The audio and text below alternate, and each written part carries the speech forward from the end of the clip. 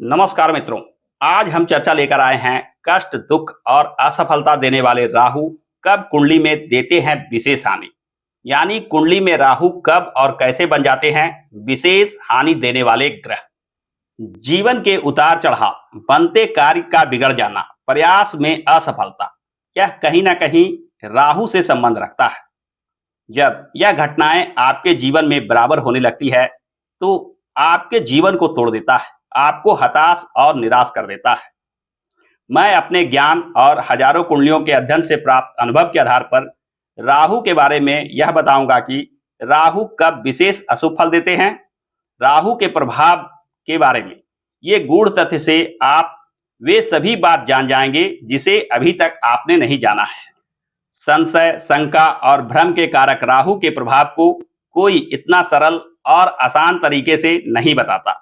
आज के इस वीडियो से आप राहु को ठीक ठीक पहचान जाएंगे और यह भली भांति जान जाएंगे कि किसी की कुंडली में स्थित राहु कहां और कैसे शुभ होते हैं और कहां और कैसे अशुभ होते हैं। इस वीडियो में मैं राहु के अशुभता के लिए शास्त्रों में वर्णित इन 4 बिंदुओं पर एक एक कर चर्चा करूंगा, जिसे आप यदि भली भांति समझ लेते हैं तब आप जान पाएंगे कि राहु आपके पत्रिका में, आपके कुंडली में कितना अशुभ हो रहे हैं और किस प्रकार के अशुभ फल विशेष रूप से देते हैं। तो आइए बिना किसी विलंब के वीडियो को प्रारंभ करते हैं। राहु के अशुभता को जानने के लिए शास्त्रों में सबसे पहले चर राशियों को महत्व दिया गया है। चर राशि में विराजमान होकर राहु विशेष अशुभ हो जाते हैं। शास्त्रों में वर्णन आता है कि मेष राशि यानी 1 नंबर, कर्क राशि यानी 4 नंबर, तुला राशि यानी 7 नंबर, मकर राशि यानी 10 नंबर, 1, 4, 7, 10 इन नंबर के राहु जन्म पत्रिका में कहीं भी विराजमान हो तो इसे अशुभ फल देने वाले राहु के रूप में मानना चाहिए, क्योंकि राहु जहां अचानक किसी कार्य को देने वाले ग्रह होते हैं वहीं चर राशियों में इनकी स्थिरता समाप्त हो जाती है। तो राशि में स्थित होकर यानी चर राशि में जब यह विराजमान होते हैं तो अपने फलाफल में अचानक से होने वाले घटनाओं को बढ़ा देते हैं। यानी यदि आपकी पत्रिका में राहु चर राशि में विराजमान है, मेष राशि के, कर्क राशि के, तुला राशि के या मकर राशि के राहु आपकी पत्रिका में विराजमान है तो यह राहु आपके लिए अशुभ फल देने वाला माना जाता है। चर राशि के बाद अगर चर्चा किया जाए बकरी ग्रह के साथ स्थित राहु के बारे में, राहु खुद में ही बकरी चलने वाले ग्रह माने जाते हैं। यानी राहु को शास्त्रों में हमेशा बकरी गति ही दी गई है।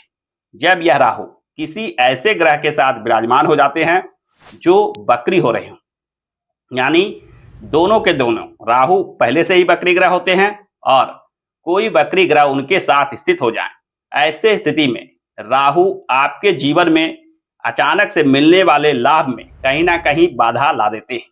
कोई काम बनते बनते बिगड़ जाता है, किसी कार्य में अचानक अंतिम क्षण में बाधा विघ्न आ जाता है। यानी कार्यों में जो अंत में बाधा विघ्न है उसे हम बकरी ग्रह के साथ विराजमान राहु के साथ जोड़कर देखते हैं। तो राहु जब किसी बकरी ग्रह के साथ विराजमान हो जाते हैं तो यह भी अशुभ फल देने के स्थिति में आ जाते हैं। राहु के डिपोजिटर ग्रह जब अशुभ और निर्बल हो रहे हों।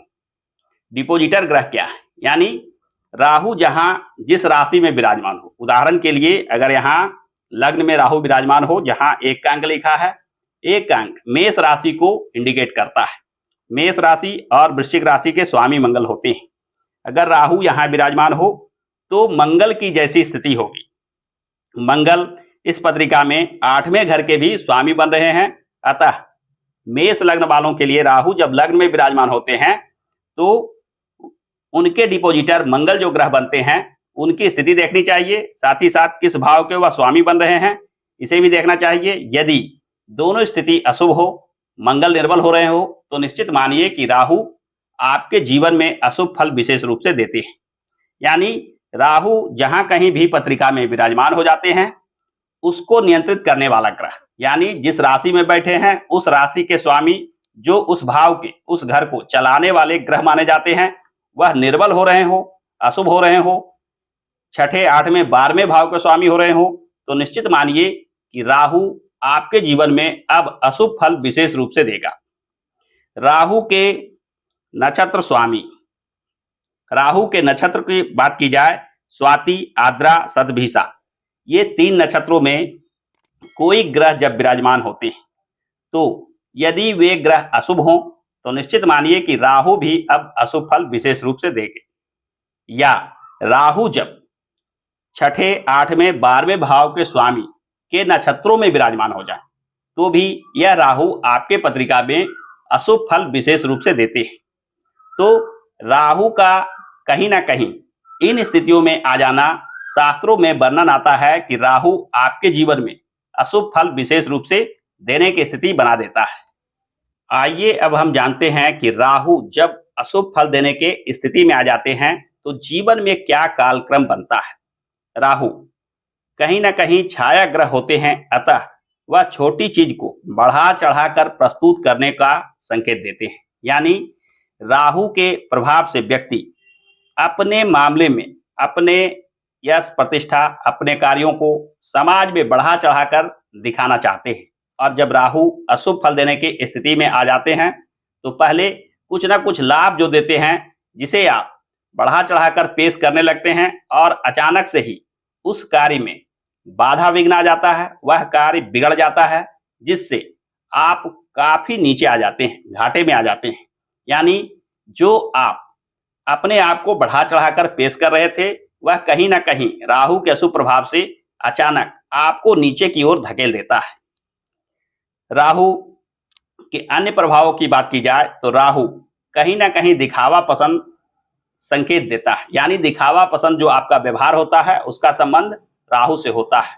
अतः राहु जब जन्म पत्रिका में अशुभ प्रभाव देने की स्थिति में आ गए हो, ऐसे स्थिति में आपको जीवन में जो कुछ भी प्राप्त होता है उसे काफी सोच समझकर खर्च करना चाहिए। दिखावे में आकर यहाँ वहां कोई कार्य ऐसा नहीं करना चाहिए ताकि राहु के अशुभ प्रभाव से जब जीवन में कठिनाई आए तो आपको विशेष समस्या खड़ी हो जाए। तो इस प्रकार से हमने देखा कि राहु कब देते हैं विशेष अशुभ प्रभाव। आइए अंत में अब हम जानते हैं कि राहु जो अशुभ प्रभाव देते हैं उसे किन उपायों के माध्यम से कुछ शुभ किया जा सकता है या अशुभता को कम किया जा सकता है।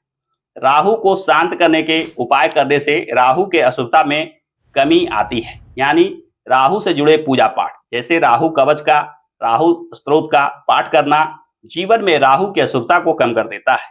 वहीं राहु से जुड़े वस्तुओं का दान, खासकर नशे की सामग्री, सिगरेट, चाय की पत्ती जैसे चीजों का दान करना राहु के अशुभ प्रभाव को कम कर देता है। छोटे कार्य करने वाले मजदूर वर्ग के लोगों को जब हम कुछ चीज का दान करते हैं उससे भी राहु प्रसन्न होते हैं। राहु के अशुभ प्रभाव को घटाने के लिए लाल किताब में बहते जल में लकड़ी के कोयला प्रवाहित करने का भी विधान बताया है।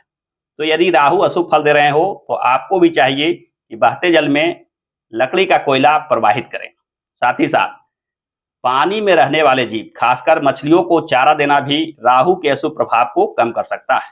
तो जीवन में राहु दे रहे हो किसी प्रकार की समस्या और इनसे हो रहे हैं आप परेशान, तो इन उपायों को आजमाकर आप राहु के अशुभ प्रभाव को कम कर सकते हैं, राहु से आने वाले बाधा विघ्न कष्टों को दूर कर सकते हैं।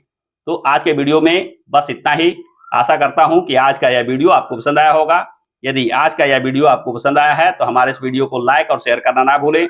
और हाँ, हमारे इस चैनल को सब्सक्राइब करके बेल आइकन को अवश्य दबा लें, क्योंकि मैं इस चैनल पे इस प्रकार के ज्ञानप्रद वीडियो लेकर आता रहता हूँ। हमारे साथ अंत तक बने रहने के लिए आपका बहुत बहुत धन्यवाद।